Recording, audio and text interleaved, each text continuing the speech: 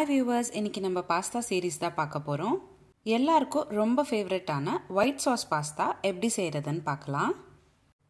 இந்த white sauce பாஸ்தால நான் ஒரு ஹெல்தியான சீக்ரெட் இன்கிரிடியன்ட் ஆட் பண்ணியிருக்கேன். வீடியோ ஃபுல்லாக ஸ்கிப் பண்ணாமல் பாருங்கள். அப்போ தான் உங்களுக்கு நான் சேர்த்த சீக்ரெட் இன்கிரிடியன்ட் என்னன்றது தெரிய வரும்.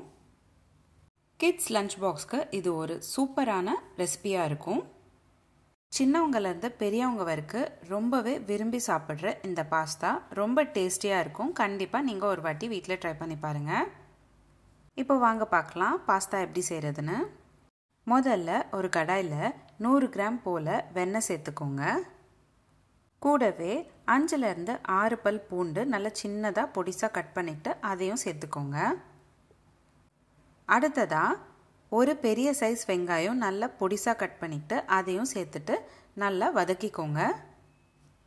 2 நிமிஷம் போல் விடாமல் வதக்கிட்டே இருந்தீங்கன்னா வெங்காயம்லாம் நல்லா வதங்கிடும்.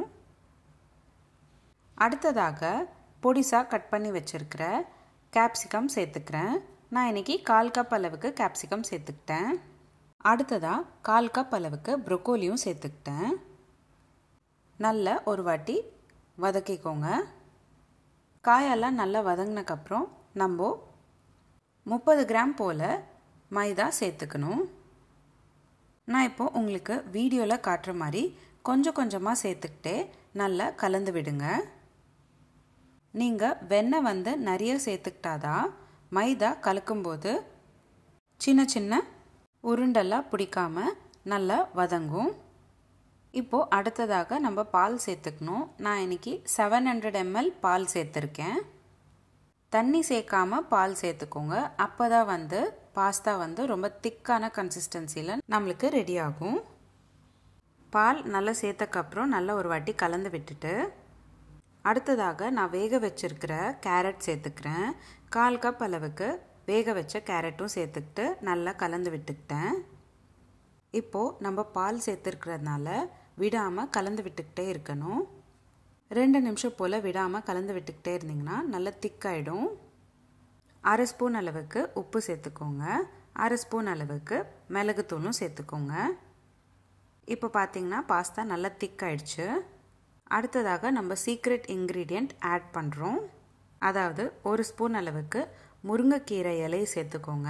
விடாமல் கலந்து விட்டுக்கிட்டே இருக்கணும், இல்லைன்னா லேசாக அடி பிடிச்சிடும். இப்போ பார்த்தீங்கன்னா பாஸ்தா நல்ல திக்கான கன்சிஸ்டன்சியில் இருக்குது. இந்த திக்கான கன்சிஸ்டன்சி தான் பாஸ்தா சாஸோட கன்சிஸ்டன்சி. இப்போது இந்த ஒயிட் சாஸ் பாஸ்தாவில் நீங்கள் வேக வச்சுருக்கிற பாஸ்தாவை சேர்த்துக்கணும்.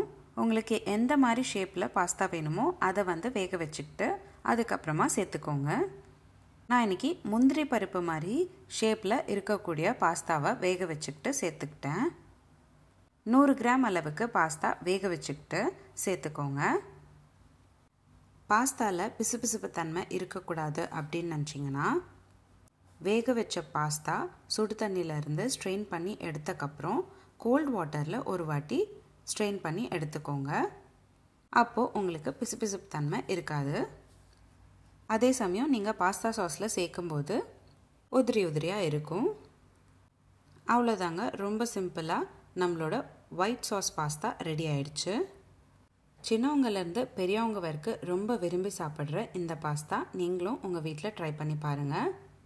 நான் உங்களுக்கு காட்டின இந்த ஹெல்தியான ஒயிட் சாஸ் பாஸ்தா எப்படி இருந்ததுன்னு எனக்கு கமெண்ட் பாக்ஸில் கமெண்ட் பண்ணுங்கள். நீங்களும் உங்கள் வீட்டில் ட்ரை பண்ணிங்கன்னா எப்படி இருந்துச்சுன்னு எனக்கு கமெண்ட் பாக்ஸில் கமெண்ட் பண்ணுங்கள். உங்களுக்கு இந்த வீடியோ பிடிச்சிருந்தா லைக் பண்ணுங்கள், ஷேர் பண்ணுங்கள். இதே மாதிரி டெய்லி ஒரு ரெசிபி பார்க்குறதுக்கு என்னோடய சேனல் சப்ஸ்கிரைப் பண்ணிக்கோங்க. இந்த மாதிரி நிறைய சீரீஸ் நம்மளோட சேனலில் போஸ்ட் பண்ணியிருக்கோம். Healthy breakfast series, healthy lunch box ideas, kids lunch box ideas, healthy starter series, healthy ice cream series, healthy laddu series, தயிர் பச்சடி சீரீஸ், ஆந்திரா பச்சடி சீரீஸ், கூட்டு சீரீஸ், குழம்பு சீரீஸ், இந்த மாதிரி நிறைய சீரீஸ் நம்மளோட சேனலில் போஸ்ட் பண்ணியிருக்கோம். லிங்க்ஸ் எல்லாமே உங்களுக்கு நான் டிஸ்கிரிப்ஷன் பாக்ஸில் ஷேர் பண்ணுறேன், செக் பண்ணி பாருங்கள். மீண்டும் சந்திப்போம் ஒரு சுவையான ரெசிபியுடன். தேங்க்யூ.